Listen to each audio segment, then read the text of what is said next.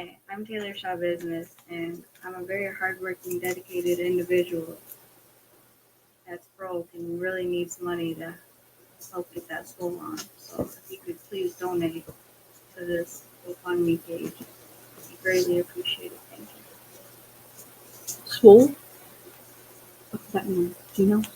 Not a clue. Well, Hi, if I'm Taylor Schabusiness. any of our listeners can please fill us in on whatever the fuck swole is. I'm sure I need some too.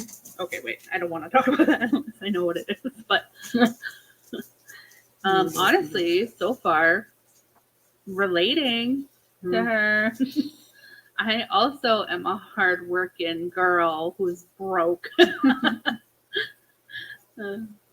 So I don't know if you remember, but before I sent you a text and I said, you should do this case. This is a woman, there was a head found in a bucket, and you're like, why won't you do it? Yeah, I was like, so why are you sending it to me if you found something? Because I mean, it was just, I don't know. I don't know. It was just, I don't know. I don't know. I just didn't want to do it, and then I just did it. I don't know. You'll see. You'll see. Do you know anything about this yet? You briefly told me about how like you wanted me to like react to it and would be a good like bonus episode. And Because it is talked so... about a head in a bucket, and then I asked you, is it the one on TikTok where like the cops come in and they're like, is that real? And then he's like, yeah, that's real, bub. So like if that is the TikTok, then that's the only thing that I've seen. Okay. Period. All right. Well, let's talk about it then. Let's talk about Let's it. talk.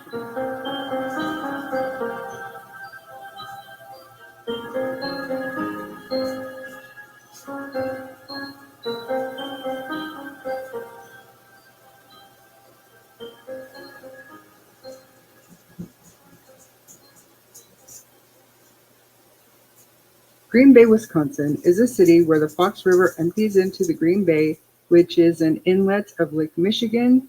It's about 180 kilometers north of Milwaukee, which is unfortunately most well known for being home to one of the world's most infamous serial killers, Jeffrey Dahmer, who will end up having a disturbing connection to the case that we're talking about today. Schabusiness. Mine's just Schabusiness. All the things she could have done with that. No. Shad Therian was born in Green Bay in 1997. Remembered as a kind and compassionate individual, Shad was not only talented in art, but also had a passion for wood carving, as stated in his obituary.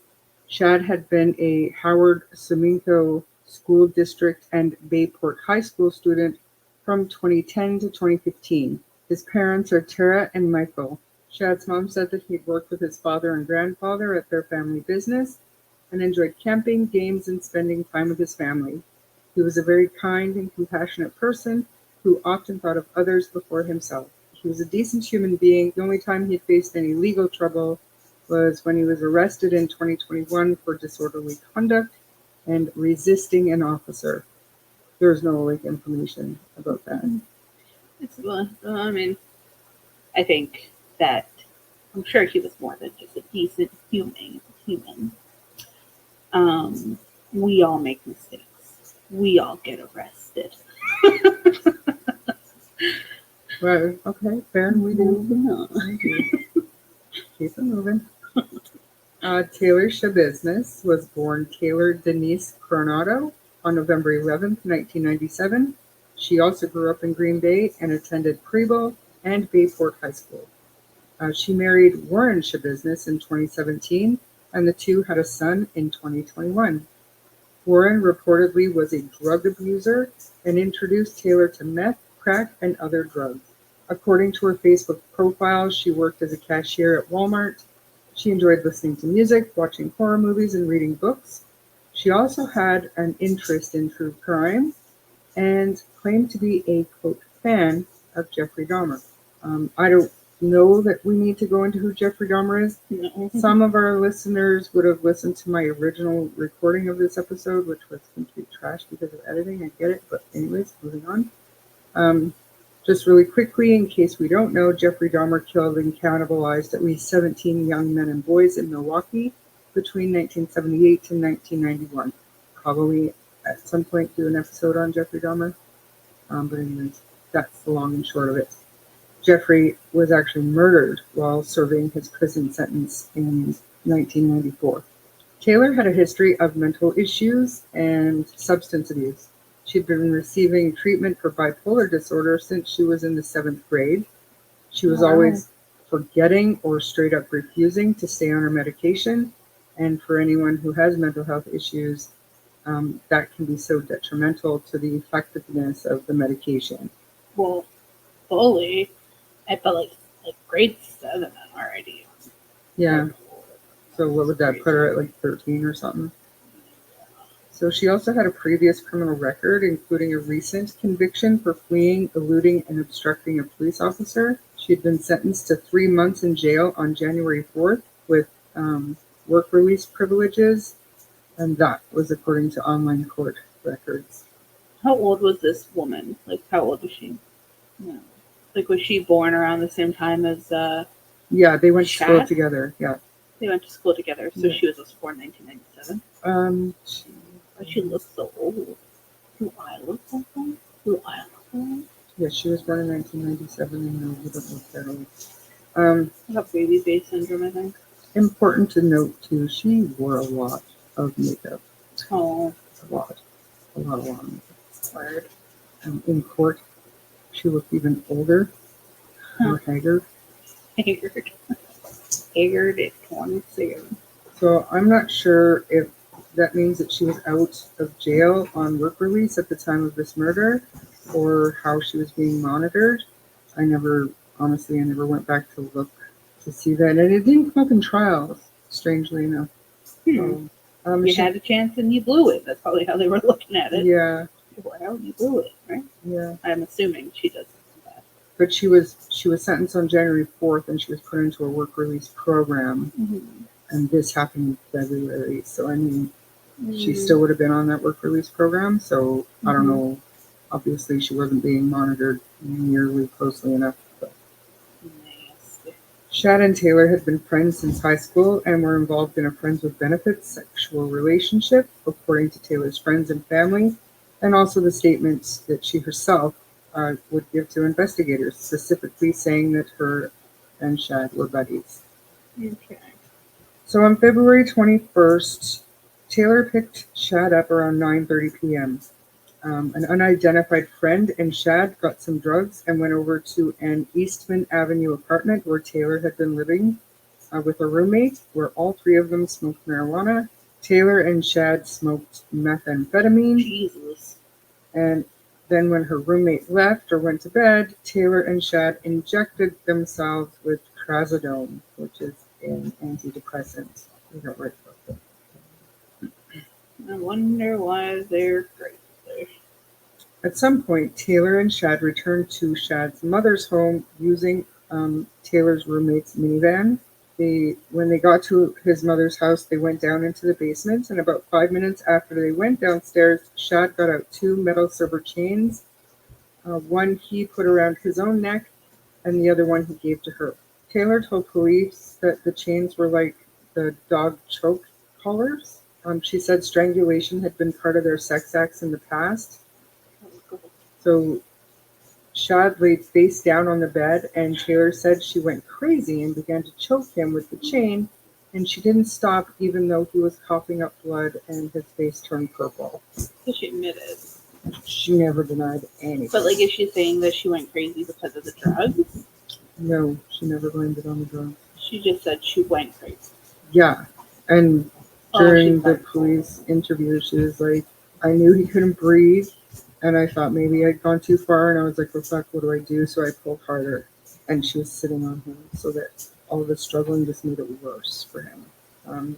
But anyways, after he had stopped moving, she then went to the kitchen and brought 4 knives from a knife block downstairs, where she began to dismember Shad's body, starting with his head. Taylor would take breaks to cuddle with Shad's body and perform sex acts on Shad's dead body using her own mouth and a dildo. Like, okay, so, like, if some people, it seems, through these stories, you have the people who go a step or two too far and backtrack and go, oh my god, I'm so sorry, I'll take what is given to me here. And then there's the people who are like, fuck, I overstepped the line and now I gotta keep going and never stop. Mm-hmm. But so that's kind of where I was going. Like, okay, so maybe she just felt like, oh fuck, I don't want to get in trouble. Some, crazy mentally ill people think that way. If she said that she went crazy, plus she's known for a mental illness, maybe her brain just made it so that like that's how she thought. Like, okay, I don't want to get in trouble. I'm going to murder this guy. But then where does it come in that she starts fucking around? So Why did she sexually continue? okay, so in my original recording, I put a number of clips in, and I mean, I know the audio wasn't the best because she was actually wearing like a plastic paper-ish suit, so the feedback was really terrible. I don't think it's necessary to put it in this version, Mm-hmm. but I recommend you go and watch them because she explains it so well. She was saying that she loved Chad, loved him so much she wanted to kill him. Number one. She said that? She said that. Loved him so much she wanted to kill him? She said that. And then that when she was cuddling, he was still half hard. So she began to perform oral sex on him while trying to cut off his leg. Quote, she was sucking and cutting all at the same time.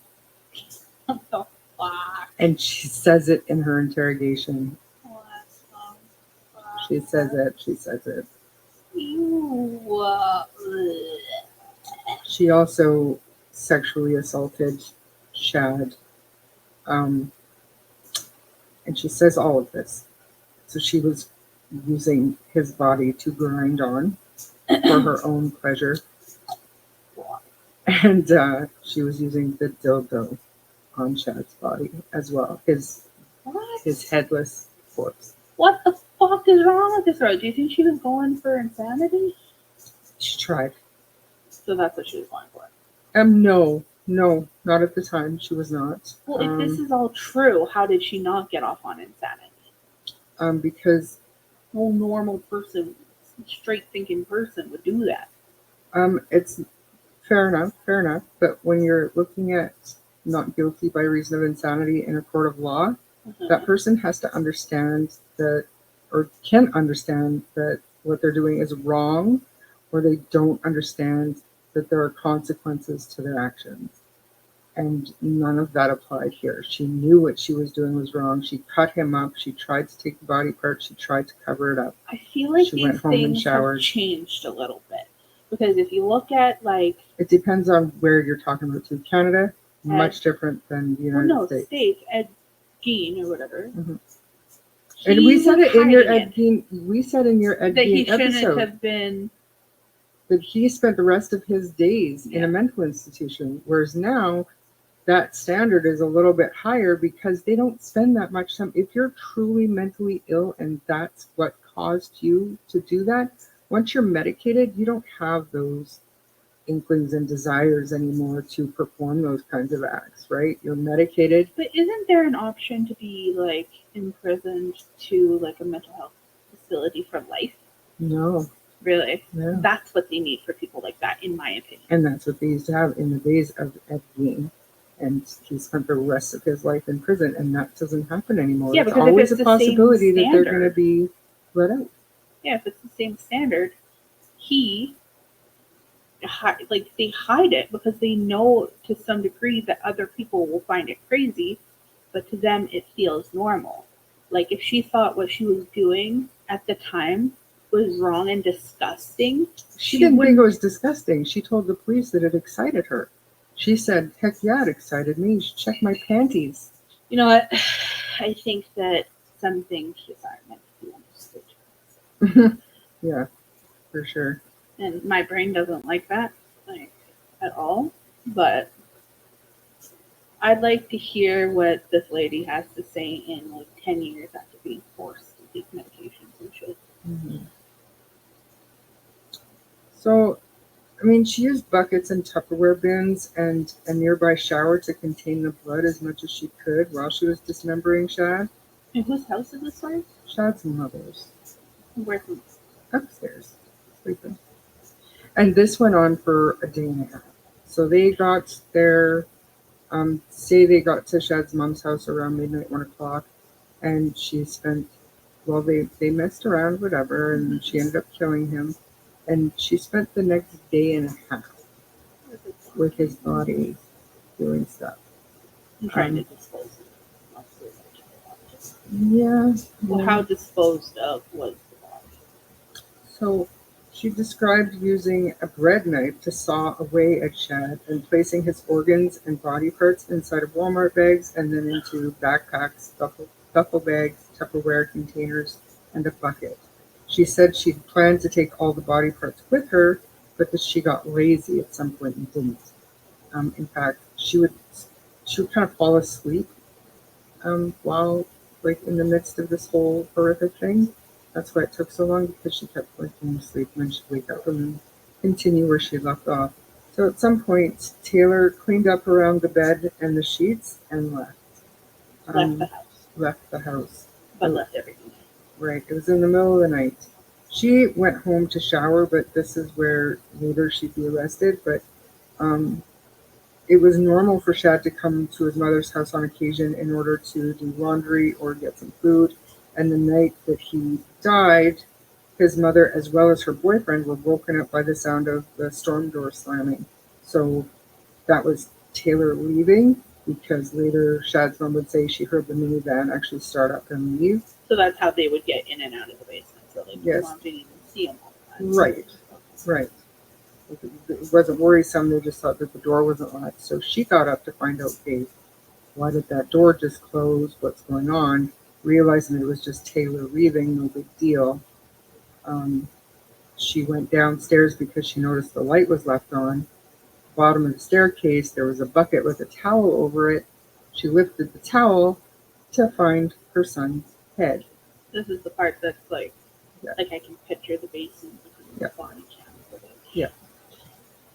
And the body cam footage doesn't show very much blood or anything. And the police were like, is that real, man? And like, is that like real? And even the boyfriend in the 911 call that we played in the original recording said, I don't know if it's fake. And the mom says, I don't know, and I can't go and look again. I'm not going to check again. Just send the police, right?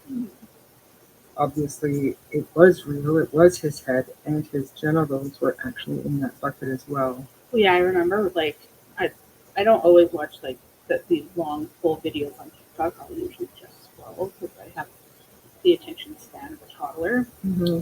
But it was just like that the sentence that he says, which is like, yeah, that's real, but like that was just so sad to me. Like I was like reading all the comments and stuff too. Yeah. I was like, oh fuck, he's scarred for life. That one cop.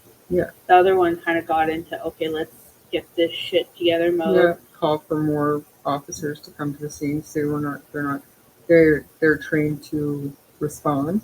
They're trained to secure, but they're not crime scene investigators. So they called in who they needed to call in. Where the one like couldn't help himself, like maybe he was newer or something, but he was just Like looking to the other one for a reaction. Like, is this real? Like, yeah, like it was actually happening. yeah. So during the 3-day trial, detectives told the court that Taylor's online searches for Jeffrey Dahmer walking into court all sexy like and Jeffrey Dahmer's butt were Okay, hold up. clear links to her fascination with. I'm confused. 1 second. You know what? I think okay. This is probably a good spot to leave off on. I definitely need you to repeat that, but I am going to say that this is probably around the mark for this bonus episode. There will be an extended version where we continue going through this on our Patreon. Is that what it is? Yeah, Patreon.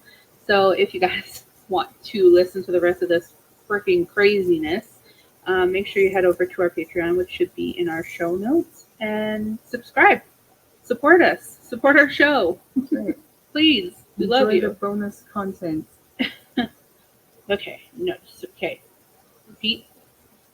Okay. The Jeffrey Dahmer, but what? Okay, so detectives, when they were on the stand, they were talking about and being questioned about information that was found on Taylor's cell phone, like her cell phone data, okay? And she had performed searches for things like Jeffrey Dahmer walking into court all sexy like. So she was. And, quote, Jeffrey Dahmer's butt, unquote. Do you think that she was. Okay. How recent would that have been? It was fairly recent before the new crime. one? Would it be the new Jeffrey Dahmer No, thing that no, was released? no, it was before that. Like, I'm like, I love Evan Peters. No, so I the get real, that. no, the But real, real Jeffrey Dahmer, she Jeffrey. wanted to see his butt. Yeah. Why his butt? Yeah, I don't Who know. fucking cares about a man's butt? Especially like a gay serial killer. Like, Yeah, a gay serial killer, all sexy like. She also, there was evidence that she would also take these creepy cell phone selfies, like beside her cell phone or whatever, somebody's cell phone photo of Jeffrey Dahmer, and take these like creepy, loving selfies, holding a picture of Jeffrey Dahmer beside her. So, like, was she like a true crime lover? Not, I mean, true crime into it, but she was a fan of Jeffrey Dahmer. Well, like it's a literal mental illness, right? To be Yeah. attracted to those, and we've talked about it in one of Yeah, like the first episodes we ever did. That's like literally a thing. yeah, the Night Stalker, because he had like droves Yeah. of groupies. Uh-huh. And honestly, he was the scariest looking motherfucker on the planet. Uh-huh. Yeah. I bet you she had that, or she was trying to portray that she had that. Yeah, she doesn't strike me as that smart though. Word. Okay. Sometimes I did To put on a show. Put on a show. It just all of her crazy behavior came very naturally and genuine. But And she just wanted to talk about it strangely too. calculated. I mean,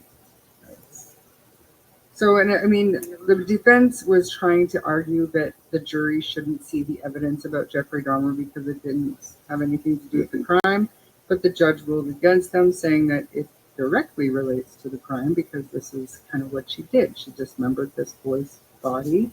She did sexual things to this dead boy's body, and she clearly has an interest in a serial killer who did similar things. Obsession with. So the evidence was allowed to come in. Some of How the is stuff it that wasn't not allowed to related? come in, they also didn't want the pictures of the head in the bucket to be admitted, but most of it was admitted into evidence, and the jury did get to see it. Yeah, sure. Like I get like maybe not wanting to like scar a jury, but like at the end of the day, why would you not include the head in the bucket? The head in the bucket is that's they got to see the head in the bucket. They need to know what monstrous thing that this fucking woman's done. So there were a number of pre-trial hearings before the trial happened, obviously, most of them to do with Taylor's competency.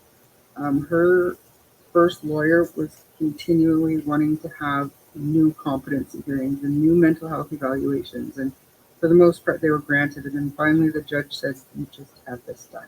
That was her lawyers? Her original lawyer, yeah. Honestly, her original lawyer is probably hearing her talk, and they were like, okay, there's no way you're not crazy. We need to tell them you're crazy. So then why did she have me left? Hang on. So on July 5th, 2022, Taylor appears in court, but she doesn't speak during her arraignment, basically doing the exact same as Brian Kohlberger did by standing mute or standing silent. She did that? She did that. So the judge entered the not guilty pleas for her. For the homicide charges, I don't remember what the charge was for dismembering the body, and then also sexual assault charges. So the judge entered not guilty pleas for all of those charges on her behalf. I feel like if they stand silent, that should be an admitted guilty. I mean, I do too. Like, it's either, why don't you just, like, smarten up and stick out of your ass and answer me, or go to jail for the rest of your life. Mm-hmm. Then, like on September 1st, 2022, Taylor's attorney changed that plea to not guilty by reason of insanity. So it was like 2 months of the standing silent plea, and they changed it to now she's not guilty by reason of insanity. And was it the jury that decided that she wasn't? Crazy? Yeah. 100% the fastest trial that I've ever watched, and we're getting there. Okay. This next part is super important, and it'll answer a question you had for me not too long ago. On February 14th, 2023, Quinn Jolly, who was Taylor's very first attorney, was in court with Taylor when Judge Walsh made the reluctant decision to push back Taylor's trial date to May 15th from March 6th. Jolly had requested more time so that the defense expert could review the case and testify to his client's competency. So asking for another competency, asking for another delay. Apparently, Taylor was very unhappy with this decision. She blamed her attorney for the later trial date, and the camera in the court was rolling when Taylor stood up and attacked her own attorney. She elbowed him in the face, tackled him. Yeah, and they had to, obviously the sheriffs had to subdue her. It took quite a while to calm Taylor down, to get her to stop fighting and squirming around. Courtroom was emptied, obviously, but they did get her under control. The arraignment was finished. They concluded it.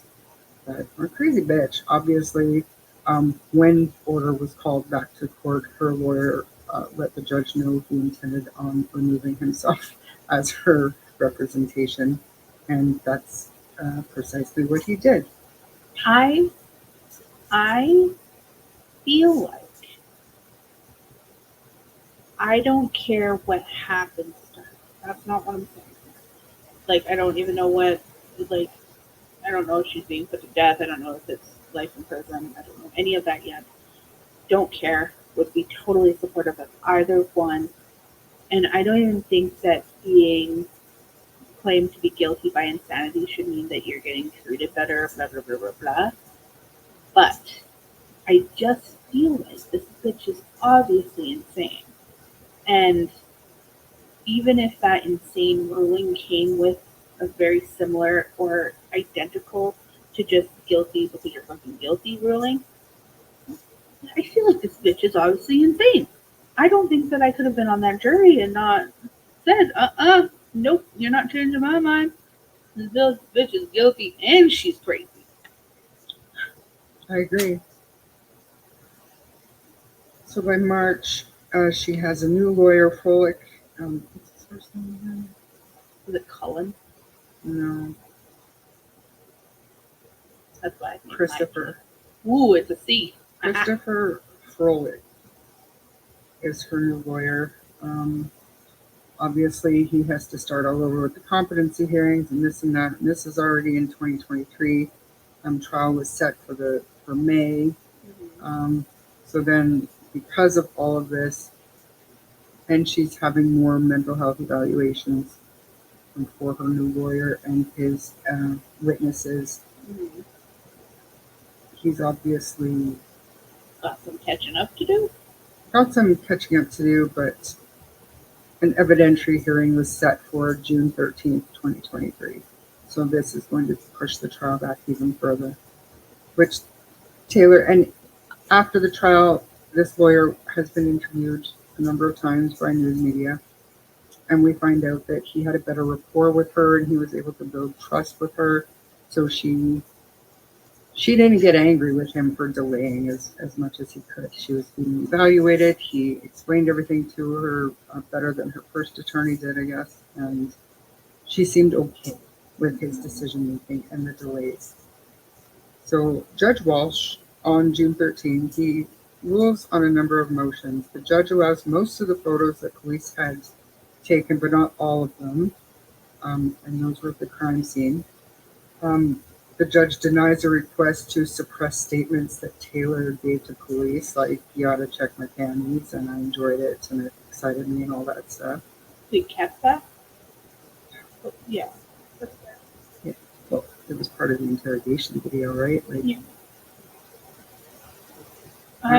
Did she like, because I know Jeffrey Dahmer, like, he took photos and stuff. Did she take photos? I don't think so. Not complete, like, No, but she was going to take his genitals and camp with her. why didn't she? She forgot. She got lazy. She Or she forgot. got lazy, right? Mhm. There were also body parts. I think I might get into it if not. I can explain closer to the end. But there were body parts in other like duffel bags and stuff around the house. And then Walmart bag. she did take a box, like a large crock pot box, with her. And it was found in the minivan that she was driving. Oh, It had his legs. why legs? And yeah, I don't know. I think she just got she didn't. Like, Probably these legs are something my like that. legs. She's walking out the fucking Some thing. like the door might have slammed too loud or something, or maybe she was just too tired, too exhausted to go back in, whatever. Or maybe she was still methed up. Who knows? But Yeah, for whatever the door reason, was too loud because she was dragging a box of legs out. yeah, She couldn't catch the door because she had to catch the legs. that's right. What the fuck? That's right. Just go back in for the body parts. You got lazy because you decided to take the heaviest part first. What are you talking about? Okay. All right. No, my head's going the wrong way here. I'm not saying that she should have gotten the rest of the body parts. I'm just saying if she wanted the head and the genitalia. No, okay. You know what?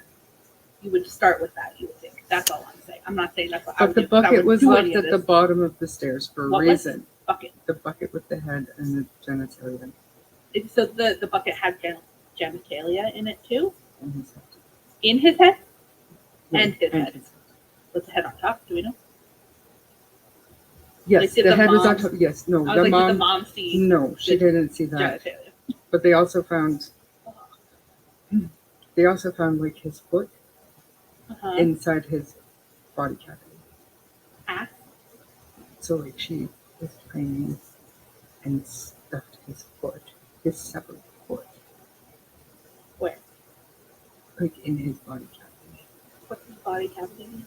I don't know. Like, I know she opened him up to take his organs. Did Yes. she shove it in That's how I took it, but when you said ass, I thought maybe possibly because she was Body that cavity. twisted. body cavity? Could have been. Yeah, no, could be anything, I suppose.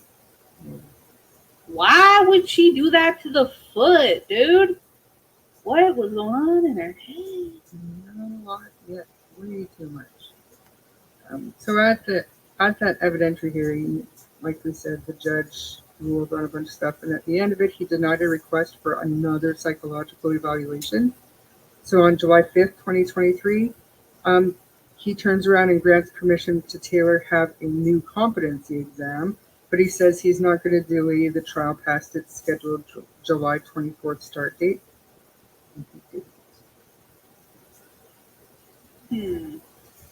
On July 21st, they choose a jury. There are 16 jurors chosen, 9 women and 7 men. And the trial started on July 24th. Obviously, the trial started with opening statements from both sides.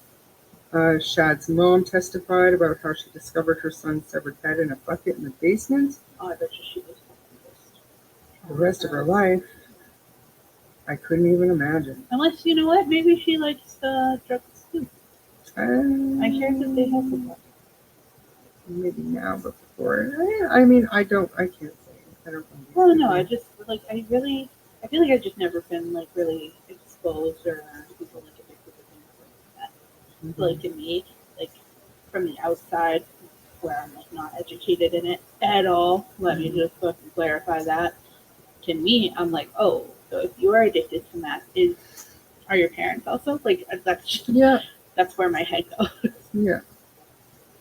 Law enforcement also testified about what they found when they went down to the crime scene, and then other officers, they testified about their investigation. This was all on day 1. Day 2, the medical examiner testified that Shad died by strangulation and that his body was then mutilated and dismembered for several hours after his death. On July 26, 2023, so 3 days, after 50 minutes, 50, The jury returned guilty verdicts on all 3 counts. The jury returned its verdict Thursday in the second phase of the trial, so the next day, finding her guilty of first-degree intentional homicide, third-degree sexual abuse, and mutilated corpse. Is it first degree premeditated? Yeah. So she premeditated? Premeditation can be as simple as Not stabbing accidental. twice. What? Stabbing twice. Not Bringing the knife up and dropping it a second time, knowing. So then, right after that guilty verdict, the jury heard from psychologists about Taylor's mental state when the crimes occurred. They showed evidence that she was suffering with a range of mental issues when she was evaluated in 2022 and 2023. A psychologist who practices in that area, Diane Lighton, said that when she was questioning and interviewing Taylor, Taylor threw a plastic chair at her from across the room. While this doctor was on the stand, she said that is a psychotic person, and basically, not even basically, literally pointed at Taylor, saying that is a psychotic person. Is psychotic not like count as insane? No, because it's all about how, like, if you knew what you were doing was wrong. So we're just getting to out there. I get it. Spiders, you know, that's trying to eat you alive. I still can't get over the bullet. Why are they taking a bullet? The Brown County Assistant District Attorney Caleb Saunders said the issue for jurors is Taylor's mental state when she committed the crime. Not in 2012, not in 2014, not in 2021, and not when she threw the chair at the doctor who was evaluating her, but when Shad was murdered in February of 2022. Yeah, she was. I get that. I guess she was high. She wasn't crazy. That's right. She. And I think it's a well documented, and I don't know if it's written in law, but just because you're drunk or under the influence of something or impaired does not equal insanity in the It's eyes the of the risk law. you take when you do that stuff. That's It's right. the risk you take when you get into the car and you decide to drive somewhere. Because, like, it doesn't matter if you go, well, I had to go to work. Well, I had to go to the doctor. But you still got in the car. It's your choice at the end of the day, and you drove it. And at Right. the end of the day, she chose to do drugs, altered her mind. Maybe she chose not to take her pills for bipolar disorder. Mhm. Who knows? At the end of the day, her choices and your responsibility to better herself, I think, led to it. And my thing is, like, according to Taylor, she didn't do more drugs after this murder. Like, She didn't have to. She just excited but how herself. long? But how long do the effects of the drugs last? Certainly not a day and a half while she's still dismembering and cleaning up the crime scenes. You know what I mean? At some point, The if you long-term are effects, though. psychotic and delusional and disassociated, whatever, and doing these horrific things, eventually you're going to snap out of it and think, "Oh my God, what have I done?" She never got to that point. Because she's bipolar and stuff too. So like literally, it's a long-term cocktail of fucking Mm-hmm. psychosis, craziness. She was nuts. Mm-hmm. So Taylor's going to be sentenced in September, and Oh, she's not sentenced yet. no, Oh, but it is not a death penalty state. okay. So the maximum she's facing is life in prison without parole. And unlike Canada, a life sentence in the U.S. means life. Unless the judge includes the possibility for parole, Taylor could spend the rest of her life behind bars, which, given the She circumstances, will. Like, she they're not going should. to parole her Right. if she's like this crazy. She's psychotic. They're not going to parole her. Mm-hmm. Yeah. And like the lack of remorse, like, even sitting in court, she would smile and laugh and hand gestures at the most awkward and inappropriate times. Like it was bizarre to watch her behavior in court. It really was. And like I said, the shortest trial because they had the guilt phase of the trial, and then they had the mental state phase of the trial, the competency phase. So 2 phases in 4 days. It was like boom, boom, boom, done. And the jury obviously didn't need much persuading, to me anyways. No.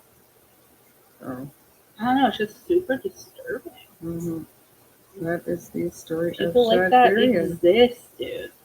Crazy. And What if it was like, what if, going a little crazy here, what if it was fucking Jeffrey Dahmer's spirit jumped into her fucking body, taking photos of himself, maybe mocking it, maybe trying to say, "Ooh," and that's why she did it to a boy.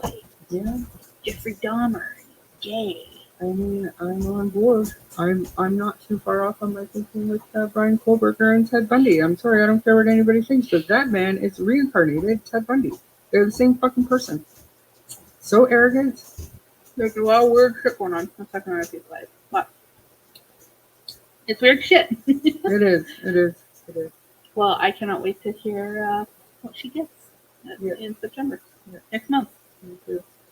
So rest in peace, Shad. Is it Shad or Shad. with an S? Yes. I said Chad earlier, everybody. I am so sorry, No, Chad. no, it's Oh Shad. my god. I was like, Mom, why are you saying Shad? I was like, No, it's Shad. it's Shad. Shad Syrian. Fuck. Okay. Rip Shad. If you enjoyed this bonus episode, please share with your friends. Send us your stories on Facebook and or email at truecrimestorypod@gmail.com. All our socials are linked in the show notes below. Thanks for listening. I'm Bree, And I'm Shar. and we'll see you next time when we find something else to talk about. Bye. Bye.